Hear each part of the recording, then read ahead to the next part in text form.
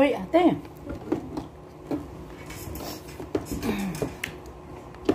Ate. Ay, hindi na kwan yan. Kayong dalawa. È buona la mia frittata. È buona la mia frittata. Huy! May tatanong lang ako. Ay, gusto ko dito. Cosa? Ako napunta sa palengke. Ngayon, ako bumili ng basket. So, bumili din ako ng karne. Ang karne, nilagay ko sa loob ng basket. Quale basket? Sa basket ang binili ko. Ngayon, umuwi na ako. At tapos na. Dumating ako sa bahay. Tinignan ko ang binili ko. Pero walang laman. Bakit kaya? Nanakaw. Hindi. Nanakaw. Hindi nga nanakaw. Dala-dala ko nga. Allora mi devi dare più descrizione. Nagpunta akong palengke. No, sì, ho capito, ma devi darmi più informazioni. Ay, tinignan ko nga ang basket. Walang laman. Bakit? Nanakaw. Wala nga laman. Bakit nga? Nanakaw nga. Hindi. Nanakaw. Hindi. Hindi mananakaw. Ba't mananakaw? Nakakotse nga ako eh. Pag nauwi sa bahay, mananakaw. No, ridici la tua storia. Bakit nga? Ridici la tua storia. Ako ay pumunta sa bayan, sa palengke. Bumili nga ako ng karne. Nilagay ko sa basket. Pagkabili ko, umuwi na ako. Pagdating ko sa bahay, tinignan ko ang aking pinamili. Pero wala laman. Bakit? Alin na walang laman? Ang basket. Na Ha? basket na. Yung nga pinamili. May dala nga ako basket. Basket na may laman. Pamali ko sa inyo kung ba't walang laman. Ba't nga kaya wala laman? Ewan ko sa inyo. Nakain mo? Nakain mo po. Hilaw kakainin ko? Naluto mo po. Hindi pa nga. Kadarating ko pa nga lamang sa bahay. Nahulog. Pero walang laman. Nahulog. Ba't mahuhulog? Basket nga. Eh, ang dami ko na sinabi sa inyo, mami. Ayaw niya naman, ano. Eh, Hindi mo na kaya mag-isip. ano, nanakaw. Hindi naman. Hindi. Pala isipan niya, hindi mo maisip-isip. So, dyan lagi kang fail. Hey, give me more information. Ayun nga, wala nga laman. Ano nakaw? Hindi nga. Yun yung solusyon. Yun lang yung rason. Hindi, mananakaw eh. Bit-bit ng kodi. Kita ko. Magagaling ang mananakaw. Day. Magagaling ang mga magnanakaw. Ha? Magagaling ang mga magnanakaw. Amo, paano ka mananakaw? Eh, nakakotse. Pagdating ko sa bahay, tiningnan ko, walang laman. Naiwan niya sa kotse.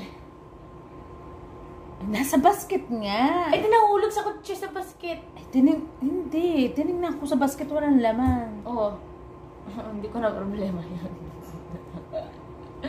Sabi mo kung bakit. Hindi ko na problema yun. Nananaginip ko yun. Ha? Sirit ka na. Ah. Dahil ang binili ko ay puro taba. Eh? Eh? Eh? Puro tabang karne nga kami binili, kaya walang laman. Che senso? Walang laman. Ah. Gets? Il ci credo. Gets na? Gets na? Uy, wala kang laman eh. Walang laman. Diyos ko, Lord. Diyan hindi makaisaring isang ari sa akin. Talagang hindi mo kaya. Hindi mo talaga mag-gets ang aking mga ano. Ha? Hoy. Hoy, nakadalawa lang ako sa'yo. Hoy. Hoy, nakadalawa lang ako sa'yo. Ha? Hindi naman tama yung inyo. Hindi tama. Wala kang laman. Ay, dapat ang sinabi niyo, walang laman yung karne, hindi yung walang laman ng basket. Abay, wala kang laman. Eh di, puro taba. Sabi niya, walang laman yung basket. Dapat ang sinabi niyo, walang Kaya nga, wala kang laman. Pag sinabi niya, walang laman ng basket. Isip, gusto ko pala isip Sa akin, sa 2 weeks pa lang napadala ko. Dali na din. Ilang taon na po? Patayin mo muna yan. Dami ito. Batong ano eh. Ginawa na. Wala ako. Baka makalimutan ko. Para mahasa yung ating mga kautakan dito sa buhay. Para maalis ang sipon mo. Tsaka para hindi puro detersibo ang nasa isip natin. Ay, concentrate ka. Oh, dali na. Hindi ka makakasagot, ha? Mapapalayos ba sa'yo? Ako napuntang palengke. Ha? Ngayon, ang dami na rin, ay, hindi kita. Ako napuntang palengke. Ako'y bumili ng karne. Ha? Ako bumili ng karne. Ngayon, mayroon din akong biniling timba. Itong karne, inilagay ko sa timba.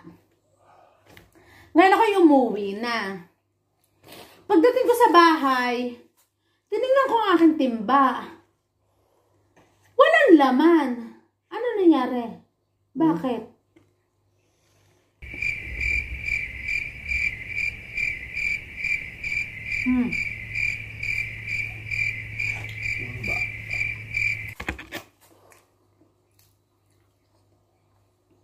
Yung palang laman.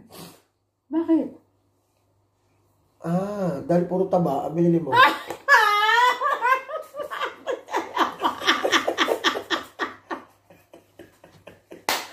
Wala laman! Yan, hindi maging handa.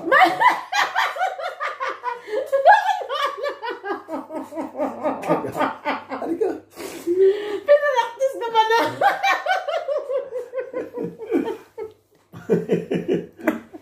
Pinalaktis ka ba naman sa daan? Ba't malam? Aba, kagulang mo talinaw. Kaya mo. Sayang lang ang practice ko. Pinalaktis ka ba si Malakang Beto hanggang dito? Kaya tapakahina na ng mga talong mo. Nakakainis. Ang fail. Kulang ka. Fail ngayon ako. Hindi nakapag-isip ang asawa ko. Hindi na practice yung utak niya. Hindi nag, Yung mga anak niya doon,